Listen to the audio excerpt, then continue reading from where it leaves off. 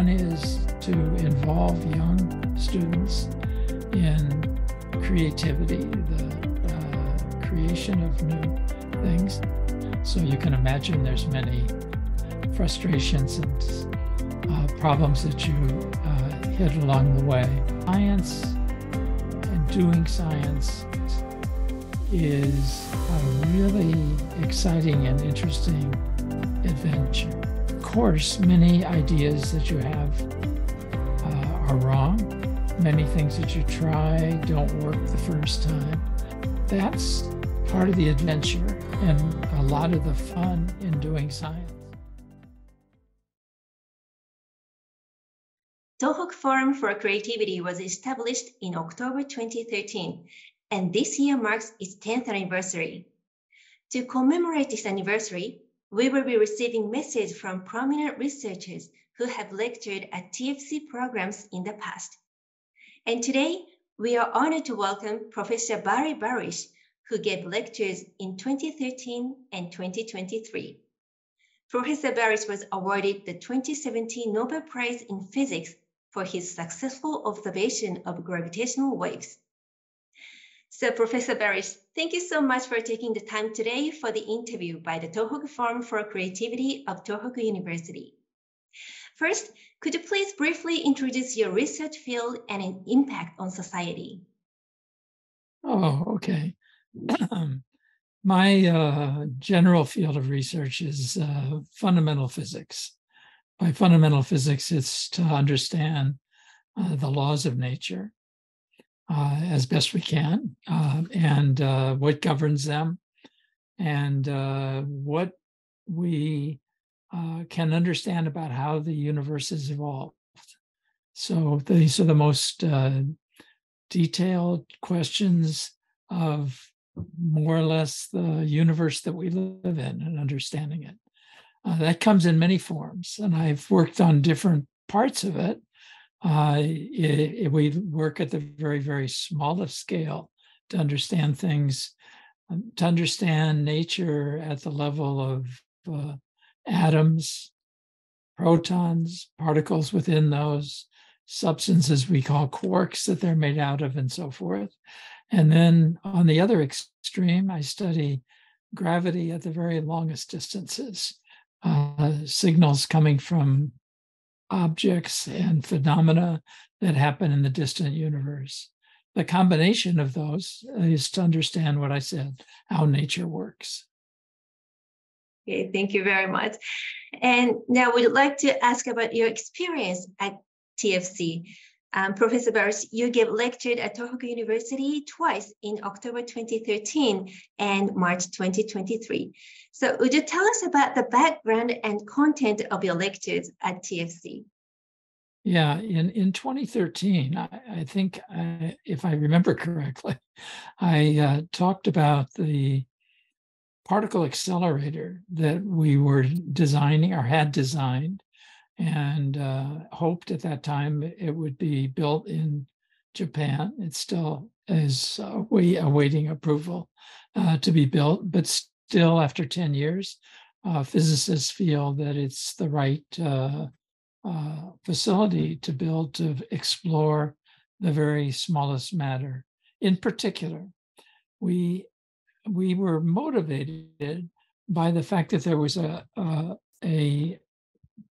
originally a theory that we hoped might be true because it would explain for the first time. We all know that Einstein has the famous formula E equals mc squared, but we never knew how energy makes mass or mass makes energy, except some phenomena that occurred that in nature we can collide particles together and make energy out of it, and take energy and make particles, but we never really understood the phenomenon. That phenomenon was that was the most likely, was proposed actually in the 1960s by several physicists, including Peter Higgs. Peter Higgs had the distinction that he understood that if this theory was correct, to understand how energy makes mass that Einstein had proposed that there would be a particle associated with it. That particle is now called the Higgs particle, and it was discovered in 2011, just 2 years before I spoke at THC. We had, in the meantime, anticipated that and designed an accelerator that can now study what the phenomenon is of energy making mass. We now know it's due to an elementary particle that's different from all other elementary particles. And this machine, if it could be built, would be our way of understanding what the science is behind this such an important phenomenon. So I participated in the design. I presented then, which we submitted as a complete design in 2012. And when I came to Tohoku, to THC, and I talked to a larger audience, not just professionals, on why we wanted to build such a machine, what its features would be, and what it would take to build it, and what our ideas were to build it in Japan. So that was 2013. And then in 2023, this year, I talked about a totally different subject, and that is a subject I've worked on since we completed that design, and that was to study physics at the very, very long distances. That's Einstein's theory of general relativity. And there we discovered what are called gravitational waves. And the gravitational waves we discovered in 2015. That's considered a very important discovery. And I was awarded the Nobel Prize in 2017 for that discovery. And I had the honor of coming to THC and giving a talk to the public in Sendai on that topic this past year. So that was what I did. Thank you so much for sharing. And Professor Barish, would you mind telling us about the impressions or episode you gained through the event at TFC or Tohoku University? Yeah, what first was the pleasure of giving a popular lecture that I gave, that I just talked about briefly, to the public about gravitational waves, to tell the public why gravitational waves are such an interesting and new phenomenon was my pleasure. I was impressed by, first, the wonderful facilities where the lecture was given, by the youthfulness of the audience that came. I give public lectures often, and what was impressive to me, or what I remember, particularly in Sendai, is how young and enthusiastic the audience was at that talk. And I was very happy by their response and the intelligent questions that were asked after the lecture itself. So it was a very nice experience for me to give the public lecture. Thank you. And could you give us your expectations and specific advice for the future of TFC or Tohoku University? Yeah, the most enjoyable and I thought impressive part of my visit to THC was the workshop held for young students on the weekend before I gave the public lecture. And that workshop consisted of high school students and young college students. There were, I don't know, maybe 30 altogether, 25 or 30 students. I started by introducing the students to 3 different topics. Well, 2 of them I just talked about. One of them was how you make a particle accelerator that can detect the Higgs particle and what the technology was like. And the second one was on gravitational waves.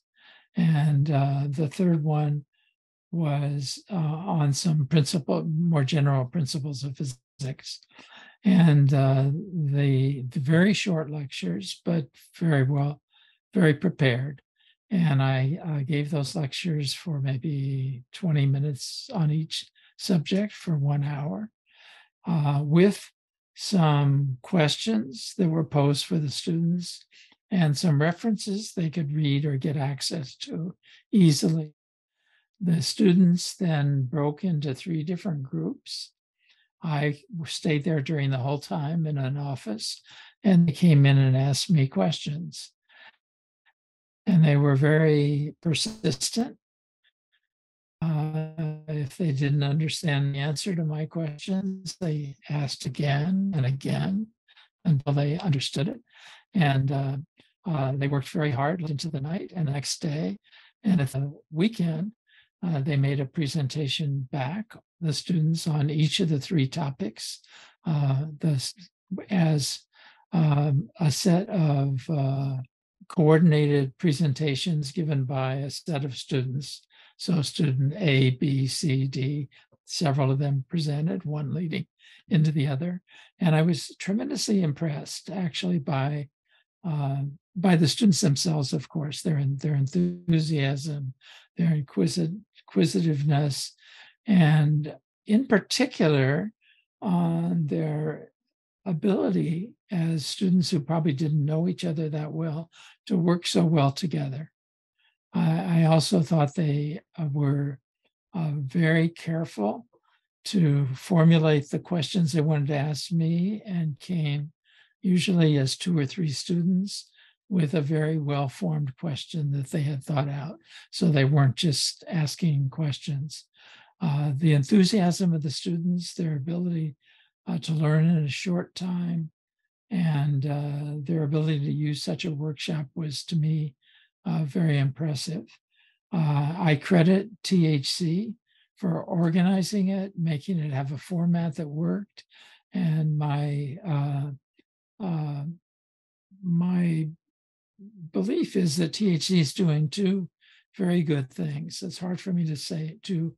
One is to involve young students in creativity, the creation of new things. In my particular case, it's physics and astronomy, but creativity and involving the students. And I think it's memorable for the students and comes at a young age where it can influence their whole lives. Secondly, the ability to stage an event that involves the more general public so they can learn about science is also a very, very positive and very good thing. I endorse both of the activities that I took part in. I hope that THC, which has a very nice building and a very nice atmosphere, can find other ways to open their doors to the public, to young people, to visiting scholars, to spend time there, interacting with each other in all different formats. I experienced 2, which is a workshop and a general lecture, but there's many other ways that that THC can stimulate people to interact on creative topics, whether it's science or broader subjects. I think that with, I guess, a 10-year history, a very unique and exciting place has been developed. And I think you can even pursue the things that I did, which worked so well, and find other ways to bring the broader public and students in to discuss creative topics in different ways. Thank you so much for your uplifting message. And the last question is, when you faced a difficult situation in your research activities, how did you overcome it? If you could speak to your past self, what word would you share with him? Sure. I happen to have have worked on a problem that took 20 years. So you can imagine there's many frustrations and problems that you hit along the way. I'd say the first thing is that science and doing science is a really exciting and interesting adventure. Not just the final answer that you succeed, in my case, say discovering gravitational waves, or ended up designing a device that we hope will be built to accelerate particles and study things. Each of those were more than a 10-year venture. But to do that, of course, many ideas that you have are wrong. Many things that you try don't work the first time.